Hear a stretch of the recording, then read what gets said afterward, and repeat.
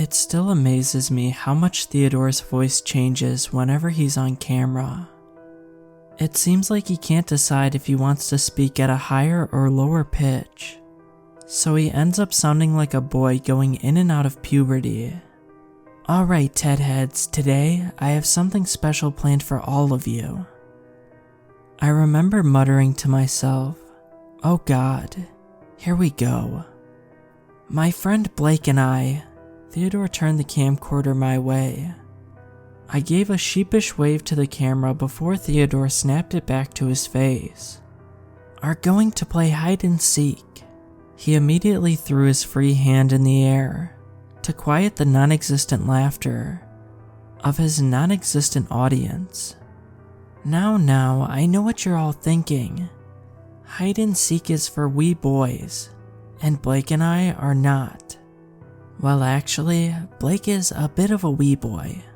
He turned the camcorder back my way, and I didn't hesitate to flip it off. Theodore snapped it back towards himself and leaned in real close. He's just mad because it's true. I rolled my eyes, and Theodore forced out an obnoxious snort. Jokes aside, yes, we're playing hide and seek as grown men. Now, before you all start clowning us, let me show all of you our chosen area. He flipped the camera around to reveal where we were at. There, in front of us, stood an old abandoned hospital. That's right, we're playing hide and seek in that spooky Scooby-Doo looking place. Theodore was not completely wrong in his appraisal of the hospital. This place was anything but inviting. Even in its heyday, this building would have looked daunting, not to mention out of place. I mean, who puts a hospital in the middle of the woods? There's not very many people out here in the first place, and the few that are don't need a hospital this large. I mean, this place is massive. The looming facade of the building is so big that Theodore had to take a few steps back to capture the whole thing. Now, here are the rules. Theodore turned the camcorder back towards his face. I'll give Blake 30 seconds to hide. That should be plenty, as this place is as big as his mom. And with that joke, I stopped listening to whatever stupid preamble Theodore had prepared and turned my attention back to the hospital. Most of the windows looked to still be intact and caked in a thick layer of dust. It's a good thing I had dressed down for this occasion. Theodore made fun of me for wearing a red beanie and flannel, but there was no way in hell I was going to get any of my good clothes dirty. This logic didn't stop him from making jokes about how I looked, miscast as a lumberjack. At least I could take solace in knowing his bright white Supreme jacket and $60 neon shoes were about to be ruined. I scanned the hospital for any potentially dangerous areas. Knowing Theodore, he didn't do any research on this place.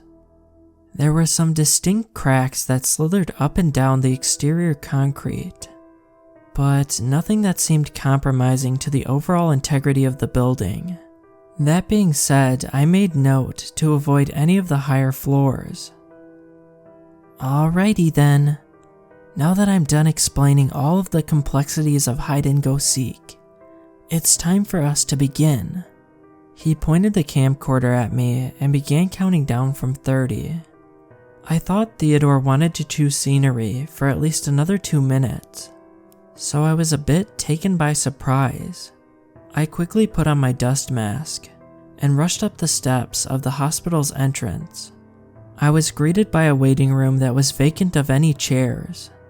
There were 2 hallways from which I could choose. One shot off to my immediate left, and the other one continued straight ahead of me, past the reception desk. I decided on the one to the left, as it was at least somewhat illuminated by the meager streaks of light that have broke through the encrusted windows. I was halfway down the hall when I heard, "Wait!" "What?" I yelled back. Theodore emerged from the entrance and was hurrying after me. He had a flashlight in his hand where the camcorder used to be. "We're not actually going to play hide and seek," he said. I gave him a bewildered look. "What do you mean, Theodore?" I was beyond annoyed. I thought he wanted to film us playing hide and seek in here for his stupid vlog. Then again, it wouldn't have been Theodore if there weren't a last-minute change of plan. First, I told you to start calling me Teddy, and second, we're staging this. I don't want to have to actually wander around this creeptastic place looking for you. His reasoning could have been worse. "Really?" I asked, making absolutely sure he wasn't going to change his mind again. "Yes, look at the bottom of my shoes already. It's like I stepped in a litter box." His bright neon soles had been blotted out by a grungy gray layer of dust. "Well, I told you not to wear nice clothes, you idiot." Theodore immediately laughed at my outburst of anger. "I'm sorry, man. With the mask on, it sounds like I'm getting yelled at by Bane." In classic Theodore fashion, he diminished my anger with a joke. Suddenly, I couldn't speak without hearing the muffled voice of the Batman villain. "You think the darkness is your ally," I replied. Theodore bursted into another fit of laughter that quickly turned to coughing. "Oh man, you can't make me laugh in this place." He choked out between coughs. "The mask isn't such a dumb idea now, is it?" I patted him on the back to help him along.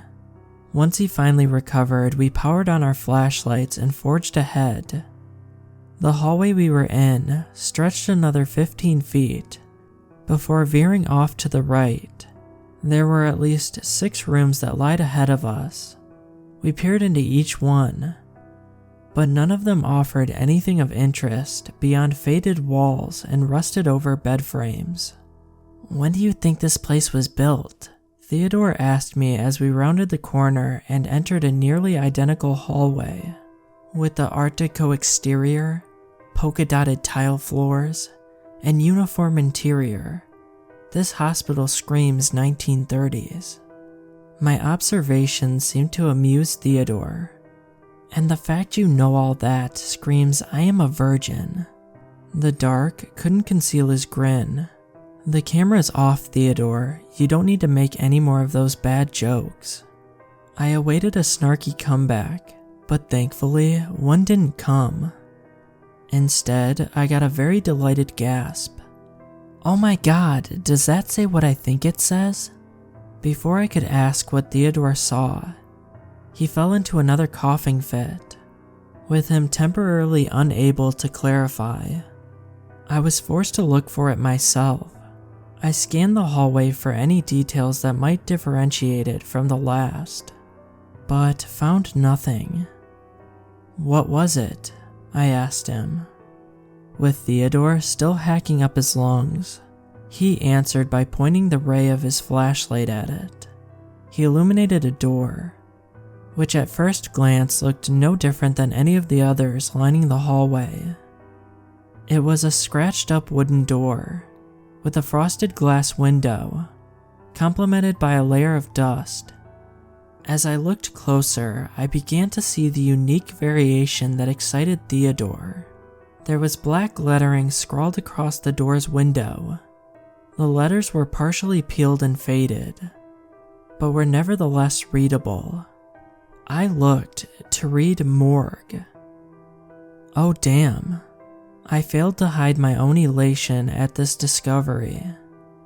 Theodore, having finally recovered from his second coughing fit, took the first step towards the door. I joined him and helped clean off the door's window once we reached it, with the layer of dust no longer obscuring the letters. There was no doubt in my mind that it said morgue. "Oh, this is so spooky." Theodore reached into his bag and pulled out his camcorder. Once it was recording, he turned and gave me a nod. "Would you do the honors?" I rolled my eyes at his theatrics and grabbed the grimy brass doorknob. I began to turn it and only got halfway before being met with resistance. I put some extra force into it and felt whatever was jamming the mechanism give way. I turned the doorknob fully and tugged. The door opened with a resounding creak. There, on the other side, were concrete stairs that went down about 5 feet before being absorbed by the darkness. Theodore and I shined our flashlights down and saw that the stairs went about another 15 steps before reaching a landing. "Oh, it's a basement." Theodore looked at me with camcorder still in hand and gave me another nod, a silent and dickish way of commanding me to go first. I begrudgingly took the first step downward and made sure to keep my light focused on my feet.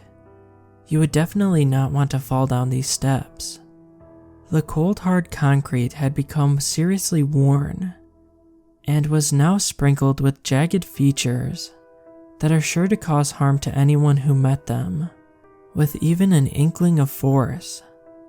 Once I reached the bottom, I did a full sweep of the room with my flashlight. The first thing the light revealed to me was a grungy metal table fused into the concrete floor. It doesn't take a coroner to know that that's where the bodies got cut up. I peered past the table to see 2 more carbon copies of the table in front of me. Further past that, at the end of the room, was an open elevator shaft. In retrospect, I realized that's how they got the bodies down here. Ree! The shrill grind of metal causing my heart rate to double in an instant. I snapped my flashlight to the right to reveal Theodore beaming, both literally and figuratively, at an open cold chamber. "I think I found your hiding spot."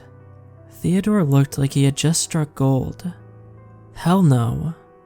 I'm not going in that thing," I loudly protested, going full Bane in the process. "But I thought the darkness was your ally." I ignored Theodore's admittedly funny callback and momentarily took off my dust mask to avoid any more Bane jokes. "Screw you. That had dead people in it." I shined my light on the cold chamber's table to reveal all the dirt, grime, and God knows what else that covered it. It hasn't had anyone dead in it in like 80 years probably. Theodore attempted to make the cold chamber sound not that bad, but in my mind it made it sound much worse. That doesn't make it better at all. My yell was cut short by a coughing fit of my own. Theodore thankfully stopped his $1 million pitch and helped me. After about 15 seconds of coughing and heaving, I put the dust mask back on and looked Theodore straight in the eyes. "I'm not doing it, alright? Please?" "Screw you." Theodore threw his hands in the air. "Fine." He backed up to the cold chamber and closed it. Even though I knew it was coming, I still winced at the sound of it shutting. "Will you at least hide somewhere down here?" Theodore pleaded. As creepy as the place was, I didn't want to drag this out any longer than I had to. "Sure."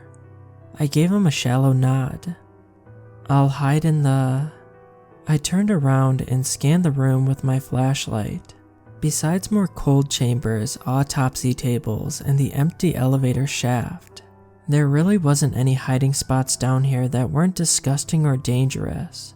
My light then fell upon a large white medicine cabinet in the far left corner of the morgue. It looked to be in surprisingly good condition. Medicine cabinet. Theodore's eyes lit up a little at the sight of the hulking cabinet. He and I approached it and found the bottom cupboard large enough for me to fit in.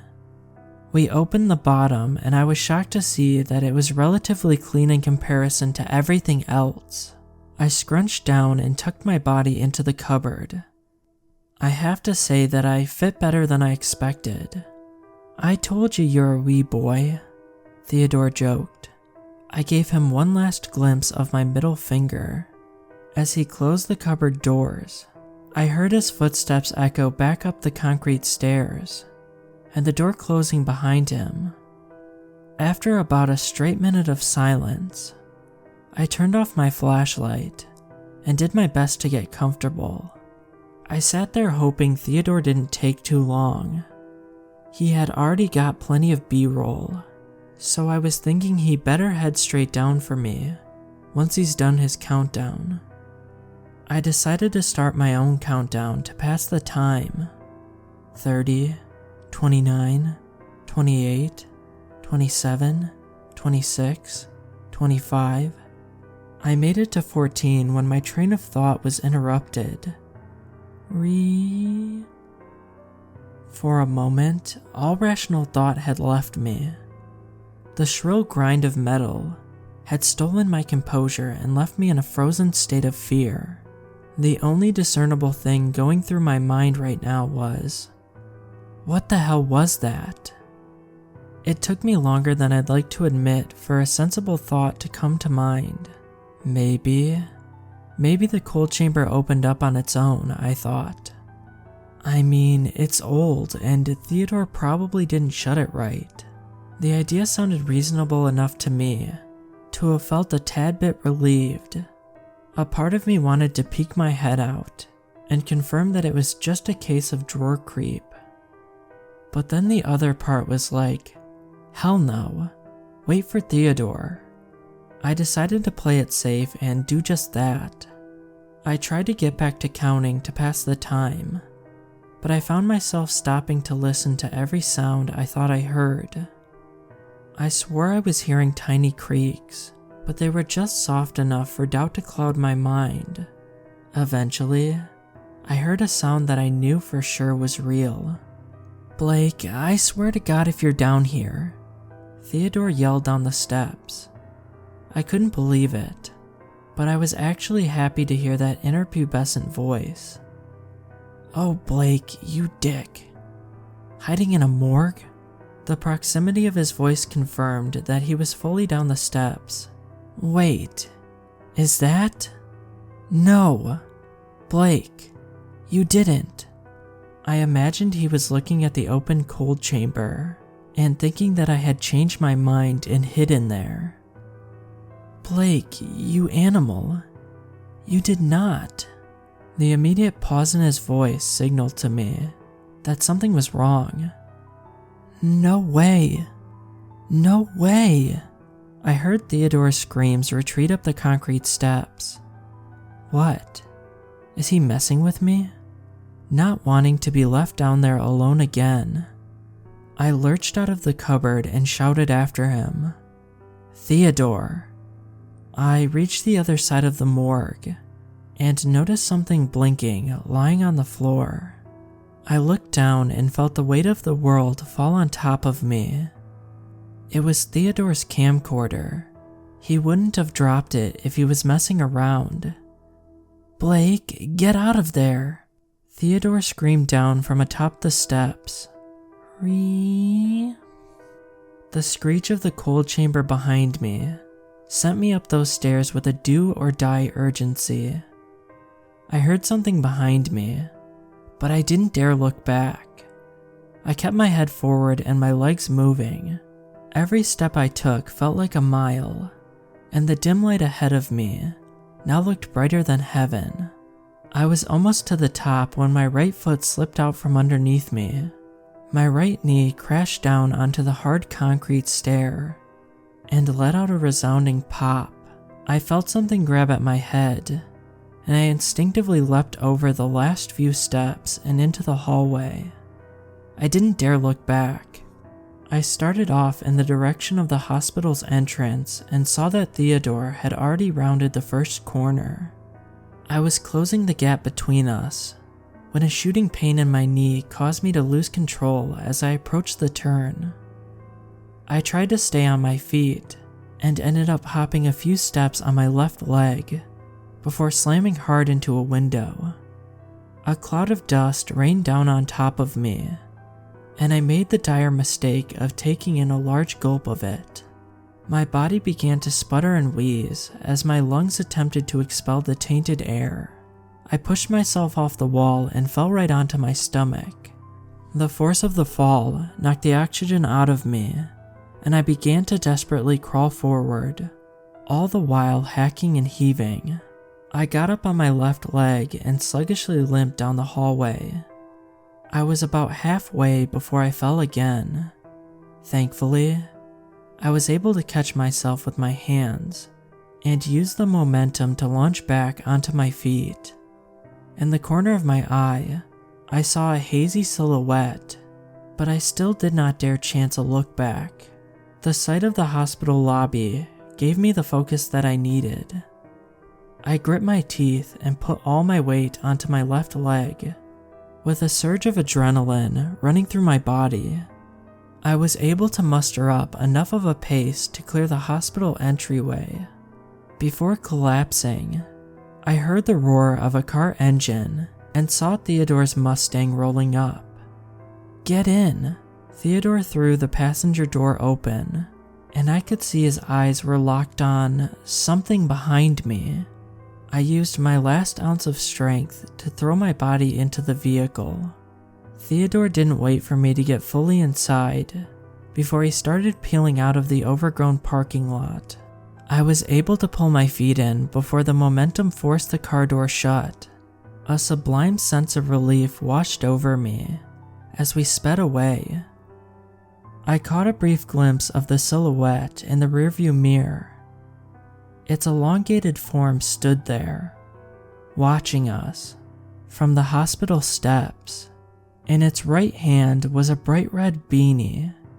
Thank God, I didn't look back.